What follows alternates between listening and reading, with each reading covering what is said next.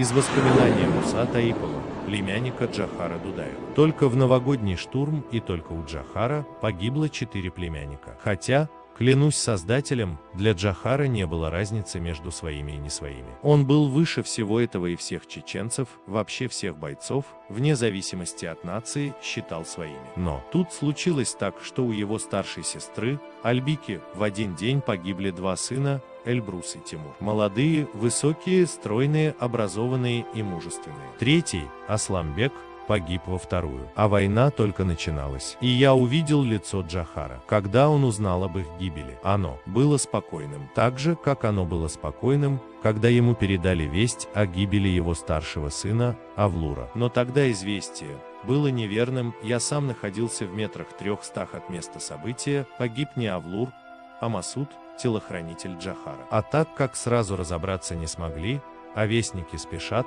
Джохару доложили, что погиб его старший сын. Что он ответил, известно всему миру. Авлур, Мовсут и некий тип, Масуд погиб сразу, который вывел их на русские позиции, пролежали за бетонным блоком на мерзлой земле до самого утра. И только когда появился утренний туман, они смогли выйти и вынести тело погибшего Масуда. А мы, находясь рядом, метрах в 300, не могли понять, куда это русские, со всех вооружений, лупят всю ночь. И вот, когда Джохару сообщили весть о гибели сына, он ответил: «Алхамдулиллах». Но когда он подходил к своей сестре, матери погибших, это было позже, в его глазах, в самом краешке глаз, были слезы. Я стоял рядом и видел. Одно дело жертвовать своими сынами, другое племянниками или, да простит мне Всевышний, чужими. Альбика, его сестра, когда он наклонился к ней со словами соболезнования, ответила: «Я всех своих сынов отдала на волю Аллаху. И тебя,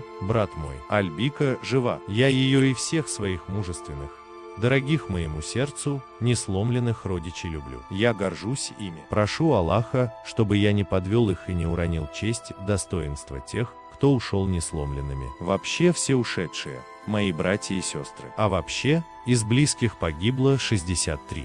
Целый ковчег.